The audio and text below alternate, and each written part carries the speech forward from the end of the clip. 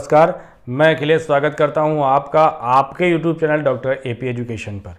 हम सभी उस निर्णय को अपने मस्तिष्क में धारित किए हुए आगे बढ़ रहे हैं, जहां हम सभी ने यह निश्चय कर लिया है कि 25+ मार्क्स हम सीडीपी के पार्ट में लेकर के आएंगे और आएंगे। तो बार बार मैं ये बात आपको इसलिए याद दिलाता हूँ जिससे कई बार यह शब्द बोलने से हमारे मस्तिष्क की जो पॉजिटिव एनर्जी है वो सक्रिय होती है और हमें वो कार्य करने के लिए ऊर्जा प्रदान करती है।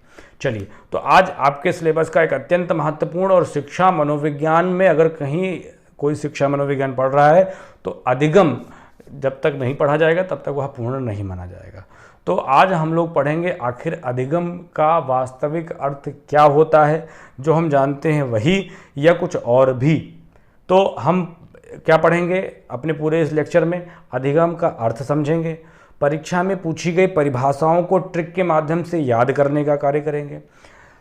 दूसरा प्रकार देखेंगे, अधिगम के कितने प्रकार हैं, ऊसुबेल ने कितने प्रकार बताएं, गैने महोदय ने अपने सोपानकी सिद्धांत में कितने बताए। तो 3 बातें हो गई। अगला पढ़ेंगे थॉर्नडाइक के अधिगम के सिद्धांत, या अधिगम के सिद्धांत नहीं, अधिगम के नियम, प्रमुख और गौड़। इतना हम लोग आज के इस अपने लेक्चर में कंप्लीट करेंगे, ठीक है। उसके बाद पढ़ेंगे शिक्षण वक्र, उसके बाद पढ़ेंगे अधिगम स्थानांतरण अगले वीडियो में, और फिर सिद्धांतों की ओर एक एक सिद्धांत कंप्लीट करते हुए आगे चैप्टर को कंप्लीट करने का प्रयास किया जाएगा। तो चैनल अगर अभी तक सब्सक्राइब नहीं है तो सब्सक्राइब जरूर कर लीजिए, क्योंकि आपको एक अत्यंत महत्वपूर्ण ऑथेंटिकेट इन्फॉर्मेशन आपको यहाँ से प्राप्त होगी। चलिए पढ़ना प्रारंभ करते हैं। क्या है सीखना आखिर? तो अधिगम का अर्थ अगर हम वास्तविक शाब्दिक अर्थ देखते हैं तो उसका मतलब होता है सीखना, परंतु सीखना कैसे? अगर हम सीखना ही कहते हैं तो इतना पर्याप्त नहीं है, या फिर आखिर आप सीख गए हैं। चलिए, अगर आप यही अर्थ मानते हैं तो उसी को मैं आगे कंटिन्यू करता हूं। तो अगर आप कहते हैं कि अधिगम माने सीखना, तो सीखना कब पूरा माना जाता है? जब उस विषय वस्तु के बारे में संपूर्ण जानकारी या लगभग संपूर्ण जानकारी आपको प्राप्त हो जाती है, तब आप कहते हैं कि मैं उस विषय सीख चुका हूं। तो यानी पहले, चूंकि ये हमारा मनोविज्ञान है और मनोविज्ञान में हम व्यवहार पर आधारित बातें करते हैं, तो सीखना तब पूर्ण माना जाएगा जब व्यवहार में पूरी तरीके से परिवर्तन देखने को हमें मिल जाएगा। तो सीखना क्या है? What is the learning? Learning is the permanent change in behaviour. Understood? व्यवहार में होने वाला स्थायी परिवर्तन अधिगम कहलाता है। अब ये व्यवहार में स्थायी परिवर्तन हो जाए, किस किस प्रकार से होगा? तो यह स्थायी परिवर्तन अनुभव और प्रशिक्षण के माध्यम से अधिक होता है। अनुभव, जीवन में हम कई सारे जैसे जैसे उम्र बढ़ती जाती है अपने आप से सीखते चलते हैं, तो स्वयं के अनुभव और बड़ों से भी सीखते हैं। जैसे आपने वाइगोत्स्की का सिद्धांत पढ़ा ही है, तो दोनों की बातों से, दोनों के अनुभव हम प्राप्त करते हैं, और प्रशिक्षण और हमें जो बताया जाता है वो उन दोनों के माध्यम से हमारे व्यवहार में परिवर्तन देखने को मिलता है। तो क्या व्यवहार में होने वाले सभी प्रकार के परिवर्तन अधिगम हैं क्या? क्या आप कहेंगे? तो आपका उत्तर होगा, व्यवहार में होने वाले सभी प्रकार के परिवर्तन अधिगम नहीं होते। आप भूखे होते हैं तो आपका व्यवहार परिवर्तित हो जाता है, आप क्रोधित हो जाते हैं तो आपका व्यवहार परिवर्तित हो जाता है, बहुत लोग मदिरा पान कर लेते हैं तो उनके ऊपर एकदम शनिचर सवार हो जाते हैं। तो क्या वो अधिगम है? बिल्कुल नहीं साहब। अधिगम तब है जब व्यवहार में पूरी तरीके से स्थायी परिवर्तन हो जाए, इतनी उनको पिला दो कि वो हमेशा झूमते रहें, तो अधिगम होगा। लेकिन ऐसा वहाँ होता नहीं, ठीक है, ये सिर्फ एक जस्ट किडिंग। तो व्यवहार में होने वाला स्थायी परिवर्तन, जब तक स्थायी परिवर्तन नहीं होगा, ठीक है, तब तक अधिगम नहीं माना जाएगा। और अधिगम को व्यवहार में स्थायी रूप से परिवर्तित करने के लिए मैं फोकस क्यों दे रहा हूँ इस लाइन पर ज़्यादा, क्योंकि आगे सारी चीज़ें आपको आसान हो जाएंगी। 1-आधा मिनट हम लोग अगर इस लाइन को दे देंगे तो हमें बाकी चीज़ें बहुत आसानी से समझ में आ जाएंगी। तो व्यवहार में परिवर्तन यानी हम सीखेंगे कैसे, खुद से थोड़ा बहुत जानेंगे और खुद थोड़ा बहुत बड़े भाई लोग समझा देंगे, और जितना बातें हम किताब से पढ़ रहे हैं, इन दोनों के माध्यम से जो प्रशिक्षण और अनुभव हमें प्राप्त हो रहा है, इनके माध्यम से हमारे व्यवहार में स्थायी रूप से परिवर्तन हो जाएगा। और इन्हीं 2 शब्दों से, अनुभव और प्रशिक्षण के माध्यम से व्यवहार में होने वाले स्थायी परिवर्तन को क्या कहते हैं, क्या कहते हैं, क्या कहते हैं, इसको बहुत बार पूछा गया है। ठीक है, तो ये बात आपको ध्यान में रखनी है। आगे गेट्स की परिभाषा भी यही है। गेट्स व अन्य के अनुसार अनुभव व प्रशिक्षण द्वारा व्यवहार में परिवर्तन ही अधिगम है। यूपीटीटी 2014, यूपीटीटी 2016, यूपीटीटी 2017, अन्य स्टेट के एग्जाम में भी ये परिभाषा बहुत पूछी गई है। तो गेट्स ने फिलहाल तो कहा कि अनुभव और प्रशिक्षण द्वारा व्यवहार में परिवर्तन, परंतु हम सभी लोगों ने ऊपर एक शब्द जोड़ा था, तो अनुभव और प्रशिक्षण के द्वारा व्यवहार में होने वाला कौन सा स्थायी परिवर्तन, उसे हम अधिगम कहेंगे। आगे की और 2-3 परिभाषाएं ये भी पूछी गई हैं, सन नहीं लिखा है तो इसके चक्कर में मत पड़िए, और मैं आपको याद करा दूंगा अभी ट्रिक के माध्यम से, टेंशन लेने की बात नहीं, मैंने पूर्व में आपको बता दिया है। एक बार पढ़ लेते हैं, उसके बाद आपको याद कराता हूँ। वुडवर्थ के अनुसार नवीन ज्ञान और नवीन प्रतिक्रियाओं का अर्जन या आयोजन करने की प्रक्रिया अधिगम प्रक्रिया है। स्किनर कहते हैं कि प्रगतिशील व्यवहार परिवर्तन या व्यवहार व्यवस्थापन, या कहें कि व्यवहार में होने वाले उत्तरोत्तर क्रम की प्रक्रिया को अधिगम कहा जाता है। क्रो एंड क्रो के अनुसार क्या कहा गया? अधिगम आदतों, ज्ञान और अभिवृत्तियों का अर्जन है। याद हुई नहीं होगी, चलो याद कराता हूँ। अब आगे से आप कभी जीवन में नहीं भूलेंगे, ऐसी बात दावा। वर्थ से निकालिए बर्थ। बर्थ मतलब जन्म, जन्म मतलब नया बच्चा होता है, ठीक। तो जब बालक जन्म लेता है तो एकदम नया नया बालक होता है, नॉइस। इसी तरीके से परिभाषा में शब्दों का प्रयोग देखिए क्या किया गया, नवीन, नया ज्ञान, नई प्रक्रिया। तो नया नया यहाँ पर है, तो नया नया माने बर्थ, वर्थ, सीधे हमने कनेक्ट मार दिया और हमने अपनी परीक्षा पास कर ली, ठीक है, 1 नंबर मिल गया। दूसरा, मान लो स्किनर की परिभाषा आ गई है, तब नहीं याद हो रहा है तो इसको भी याद करा देते हैं, ऐसा कि जीवन भर याद रहेगा। स्किनर ने क्या कहा? प्रगतिशील व्यवहार व्यवस्थापन, या इसको ऐसे भी लिखा जाता है व्यवहार में होने वाले उत्तरोत्तर परिवर्तन के क्रम को, ठीक है। तो आप बताओ, स्किनर माने स्किन से संबंधित, ठीक है, त्वचा से संबंधित। और ब्यूटी पार्लर में आप सभी ने देखा होगा कि 1-2 महीने का पूरा कोर्स चलाते हैं और बढ़िया हीरोइन बना के निकालते हैं, कैसी भी त्वचा हो। तो वो 1-आध महीने में शुरू करते हैं कि यहाँ 15 दिन का, 20 दिन का, 21 दिन का, 28 दिन का, 29 दिन का, 2 महीने का है कोर्स, उसको कंप्लीट करिए और धीरे धीरे स्किन पूरी साफ हो जाएगी और आप अपनी शादी में बहुत अच्छे लगेंगी या लगेंगे दोनों लोग, ठीक है। तो यह क्या होता है? प्रगतिशील काम है, यह प्रगतिशील व्यवहार है, ठीक है। एक दिन में होने वाली, घटित होने वाली प्रक्रिया नहीं है।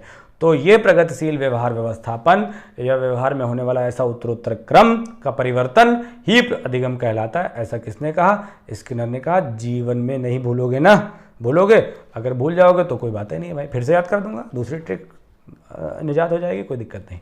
क्रो एंड क्रो, काँव, ठीक है। क्रो एंड क्रो के अनुसार क्या है? अधिगम आदतों, ज्ञान, अभिवृत्तियों का अर्जन है। 2-3-4 बार ऐसे शब्दों का प्रयोग किया जा रहा है, तो आप इनको सीधे क्रो एंड क्रो का वर्ड परिभाषा कह सकते हैं। आगे 2 परिभाषाएं और हैं, इसलिए बता दे रहा हूं क्योंकि इनको पैराग्राफ के रूप में पूछा गया, इसलिए जानना जरूरी है। बाकी कंप्लीट भी होने वाला है, थोड़ा सा किसी भी विषय को कम से कम आधा घंटा तो पढ़ेंगे ही भाई।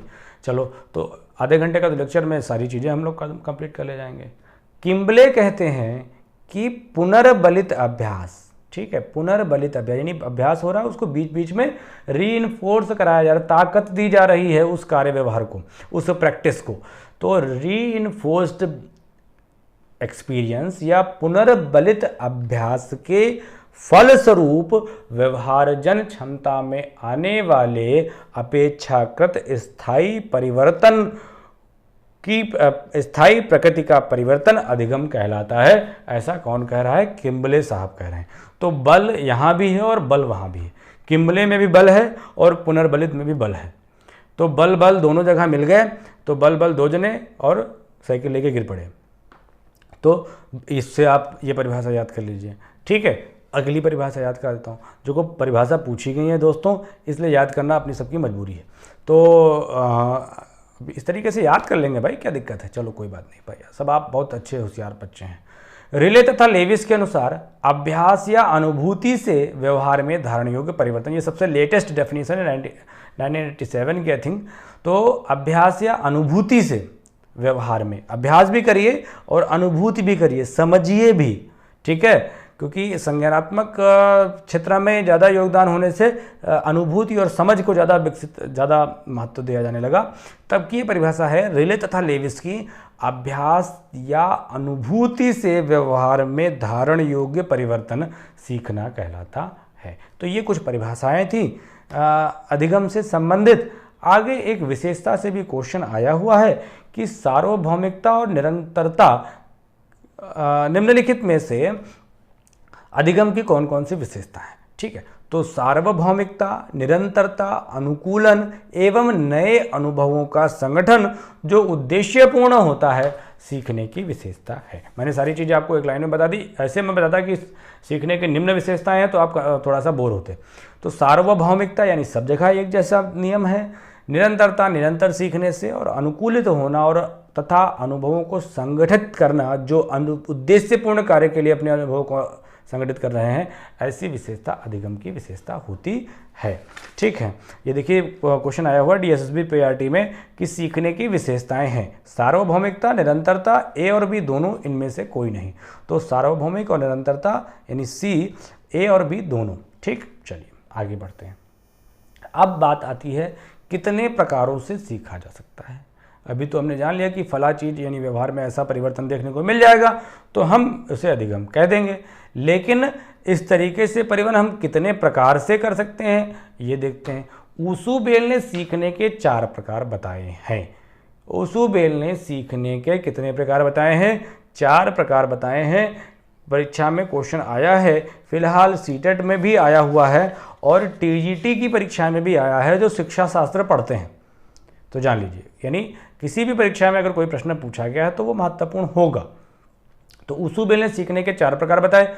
अभिग्रहण सीखना, रिसेप्शन लर्निंग, अन्वेषण सीखना यानी खोजकर सीखना, रटकर सीखना और अर्थपूर्ण सीखना। क्वेश्चन आया था कि अभिग्रहण सीखना निम्नलिखित में से किसने प्रस्तुत किया? तो अभिग्रहण सीखना ऊसुबेल ने प्रस्तुत किया। फिलहाल अभिग्रहण सीखने के साथ साथ ऊसुबेल ने 3 और प्रकार बताए, अन्वेषण सीखना, रटकर सीखना और अर्थपूर्ण यानी meaningful learning, rote learning, discovery learning, reception learning, यानी 4 प्रकार ऊसुबेल ने सीखने के बताए हैं। PDF स्क्रीनशॉट के चक्कर में मत पड़िए, आपको मैं पूरा PDF अवेलेबल कराऊंगा, चिंता मत करिए। जिस दिन मैं कह दूं कि आज ये लास्ट लेक्चर है और जल्दी ही आपका 1 हफ्ते या कुछ और दिन में पूरा चैप्टर कंप्लीट कर दूंगा, तो आप तब अगर डाउनलोड करते हैं तो उस दिन के डाउनलोड में आपका पूरा सिलेबस आपके सामने रहेगा, लगभग 95%। चलिए, तो ऊसुबेल ने सीखने के 4 प्रकार बताए। गैने महोदय ने क्या कहा? एक इनका बहुत बार पूछा जा चुका अधिगम का सोपानकी सिद्धांत। ठीक है, अधिगम का सोपानकी सिद्धांत किसने प्रस्तुत किया?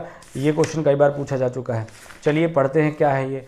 तो गैने महोदय ने, GHGNE है, गैगने भी कई जगह पर लिखा हुआ है, इसलिए मैंने दोनों चीज़ें लिख दी हैं। ठीक है, तो गैने ने अपनी पुस्तक द कंडीशन ऑफ लर्निंग, क्या पुस्तक का नाम था उनकी? The condition of learning. ये भी पूछा जा चुका है कि द कंडीशन ऑफ लर्निंग किसकी पुस्तक है? तो गैने महोदय की। तो गैने ने अपनी पुस्तक द कंडीशन ऑफ लर्निंग में सीखने के मूल 8 प्रकार बताए। कितने प्रकार बताए हैं? 8 प्रकार बताए हैं। आगे की विशेषता क्या है कि ये बताए गए सभी 8 प्रकार प्रकारों में सीखने की एक खास विशेषता यह है कि ये सभी श्रृंखलाबद्ध ऑर्डर में है। श्रृंखलाबद्ध मतलब क्या? यानी एक सीढ़ी के एक पायदान पर पैर रखोगे तभी दूसरे पर पहुंच पाओगे, दूसरे पर रखोगे तभी तीसरे पर पहुंच पाओगे, तीसरे पर रखोगे तभी चौथे पर पहुंच पाओगे। ठीक है, एकदम से ऊपर चढ़ने का प्रयास अगर आप करेंगे तो हो सकता आपका पैर फिसले या हाथ फिसले और आप मुंह के बल गिरें और आप फिर क्रो एंड क्रो की परिभाषा की तरह कहाँ पहुँच जाए? अस्पताल पहुँच जाए।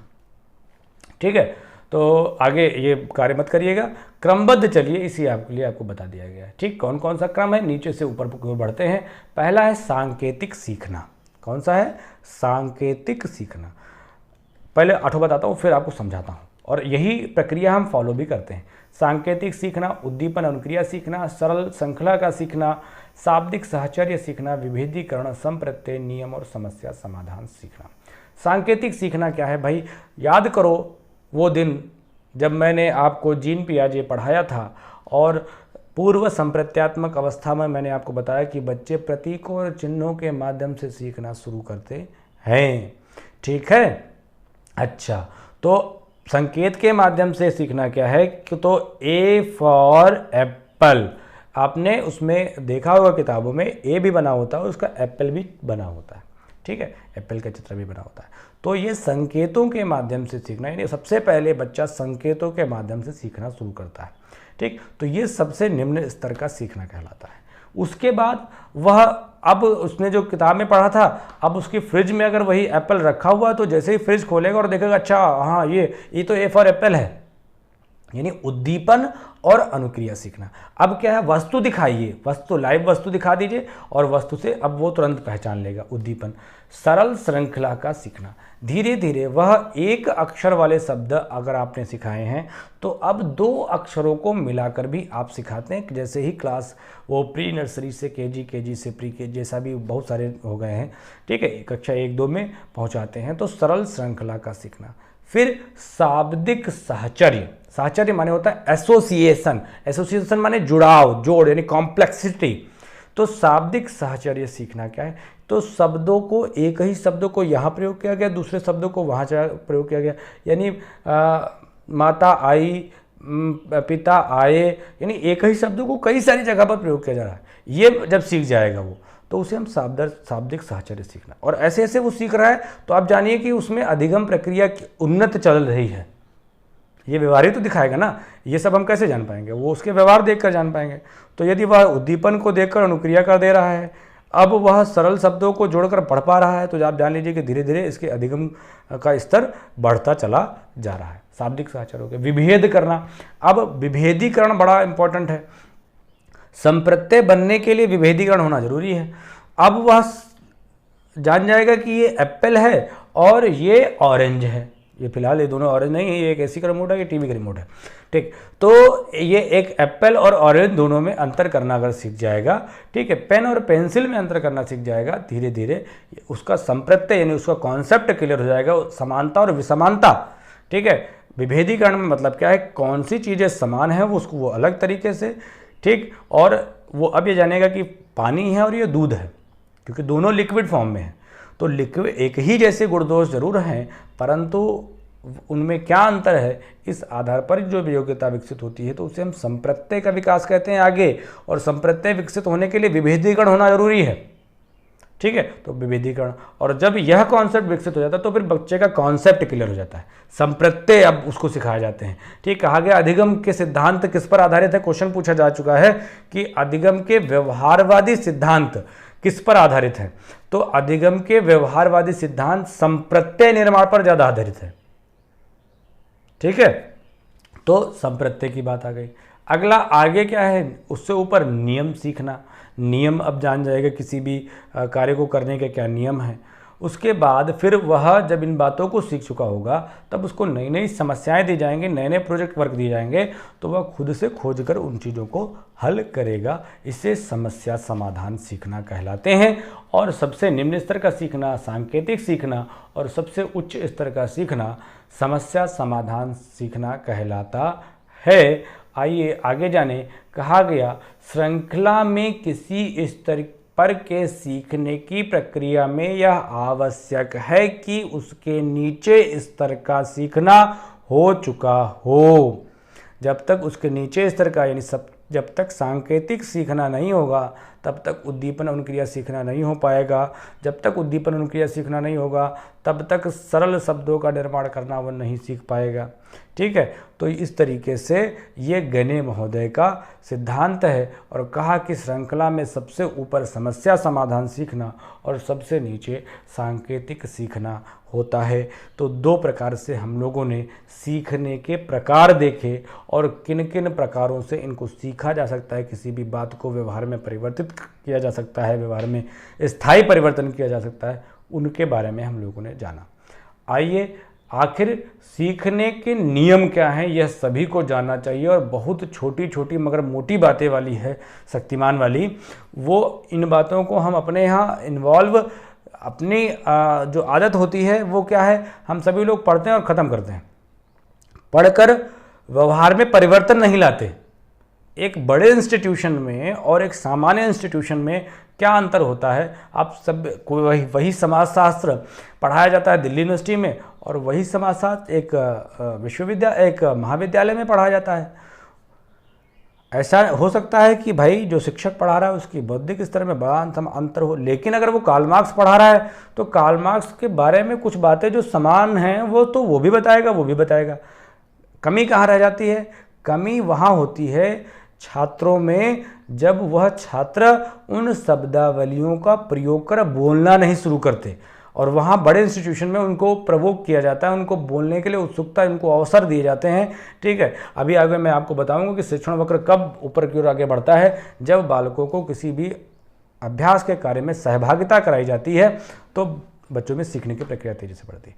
तो इन छोटी छोटी मगर मोटी बातों को अगर हमें जानना है तो चलिए हम सीखने के नियम सीखते हैं। ठीक है, तो इन सीखने के नियम किन महोदय ने दी? सीखने के नियम थॉर्नडाइक ने सीखने के नियमों को 2 भागों में बांटा गया, इसीलिए इनको शिक्षा मनोवैज्ञानिक कहा जाता है। शिक्षा मनोविज्ञान का जनक भी कहा जाता है थॉर्नडाइक साहब को। सीखने के नियम इन्होंने प्रस्तुत किए। तो सीखने के नियमों को उन्होंने 2 भागों में बांटा।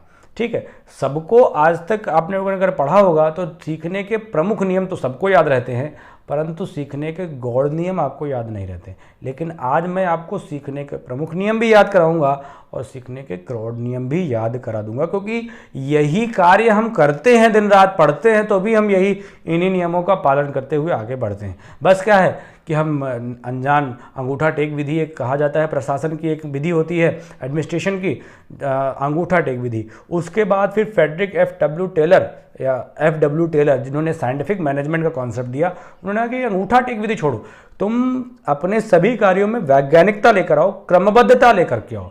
तो आगे देखते हैं कि आखिर हम किस प्रकार से इन बातों को अपने कार्यों में प्रयोग कर पाएंगे। सिद्धांत पढ़ेंगे, कार्यों में प्रयोग करेंगे, कैसे, चलिए देखते हैं। सीखने के मुख्य नियम, सीखने के मुख्य 3 नियम हैं। ठीक है, शब्दों को जम्बलिंग में थोड़ा सा दिक्कत हुई, तो सीखने के मुख्य 3 नियम हैं। कौन कौन से? पहला तत्परता का नियम, दूसरा अभ्यास का नियम और तीसरा प्रभाव का नियम। तत्परता का नियम है क्या है भैया? ठीक है, तत्परता माने तैयारी। आप औंघा रहे हैं, बैठे रहे, ठीक है पढ़ाओ, चल गुरुजी पढ़ा, सो रहे हैं, ठीक है, तो वो नहीं है। आप सक्रिय होकर बैठिए, आपने कॉपी किताब खोलकर बढ़िया नोट्स लेकर के बैठे हो, कॉपी कलम लेकर के बैठे हो और पढ़ रहे हो चैतन्य अवस्था में। मैंने मन की 3 अवस्थाएं बताई थी ना, चेतन, अचेतन, अर्धचेतन और अचेतन। तो आप एकदम सक्रिय होकर बैठे हैं, जो जो बातें बताई जा रही हैं कट कट कट कट दिमाग में बैठती चली जा रही हैं। तो ये जो स्तर है वो तत्परता स्तर का सीखना है, सीखने के लिए। और जब तक बालक तत्पर नहीं होता सीखने के लिए, तब तक वह नहीं सीख सकता। कहा जाता है कि और जब तत्पर है और उसे सिखाया नहीं जा रहा, तब भी उसमें खींच की उपस्थिति हो सकती है। ठीक है, इसलिए जब तत्पर हो तभी सिखाया जाना चाहिए। एग्जॉस्ट हो चुका है, बहुत थक चुका है, तब आप पढ़ा रहे हैं, मार जुटे हैं मास्टर साहब, लेकिन तब वो अधिगम पूर्ण नहीं हो पाएगा। ये नियम है। ठीक, तो दूसरा नियम क्या है? अभ्यास का नियम। अभ्यास का क्या कहता है? करत करत अभ्यास से जड़मत हो सुजान, रसरी आवत जाते शिल्प परत निशान। ये हम सभी लोगों ने बचपन से ये कहावतें पढ़ी हैं। जब सिल यानी पत्थर पर रस्सी यानी कोमल रस्सी से उस पर निशान पड़ सकता है बार बार आने जाने से, तो आप भी बार बार अभ्यास करने से आप चीज़ों को अधिक समय तक अपने स्मृति में रख सकते हैं। और नियम भी है, हमारे अल्पकालिक स्मृति से जो सूचनाएं पुनरीक्षण यानी विस्तार परक अभ्यास जब हम करते हैं तो वह हमारी दीर्घकालिक स्मृति में चली जाती हैं। और दीर्घकालिक स्मृति, तो इस तरीके से आपको याद रखना अभ्यास करना पड़ेगा। तो अभ्यास में क्या चीज़ें हैं? अभ्यास में एक 2 नियम होते हैं, 2 नियम भी अभ्यास में हैं। एक है कि आप यदि अभ्यास नहीं करेंगे तो भूल जाएंगे, और फिर अगर अभ्यास करते रहेंगे तो आपको चीज़ें याद रहेंगी। ठीक, आगे बढ़ते हैं प्रभाव का नियम। दूसरा जो प्रभाव का नियम कहता है वो क्या है?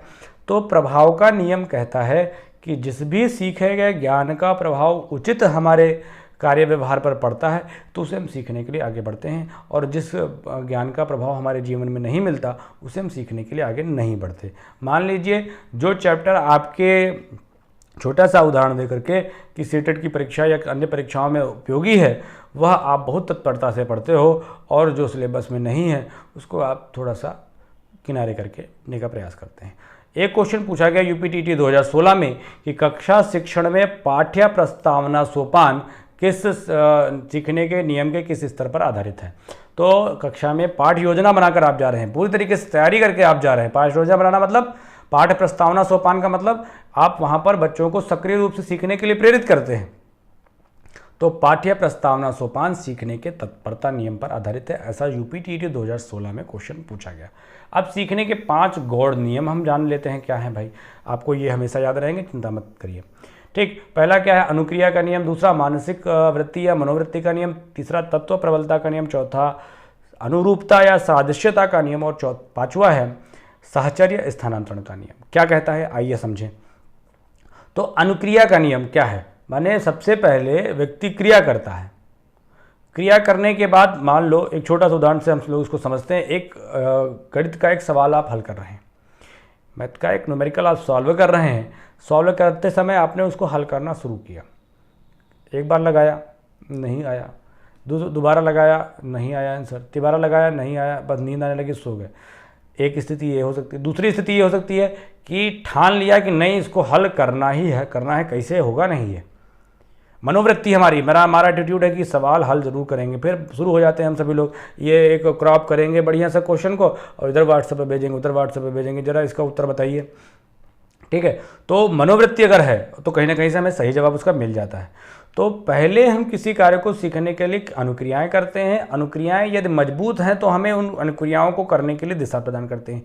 तीसरा तत्व प्रबलता का नियम। जैसे गेट्स की परिभाषा आप सभी ने देखी थी कि 3 बार पूछी गई है तो आपको याद हो गई होगी। ठीक है, कैसे, अभ्यास और प्रशिक्षण के माध्यम से होने वाले परिवर्तन को हम क्या कहेंगे, अधिगम कहेंगे। वो किसकी है, गेट्स की व अन्य की परिभाषा है। यानी तत्व प्रबल है, यानी वो क्वेश्चन, अरे वो क्वेश्चन तो कई बार आ चुका और आ सकता है, अब इसके लिए तो और मेहनत शुरू हो जाएगी। टीचर को फ़ोन करेंगे रात में 10:30 बजे, सर जरा प्लीज़ सर देख लीजिए, ये सुबह हो सकता है ये क्वेश्चन आ जाए।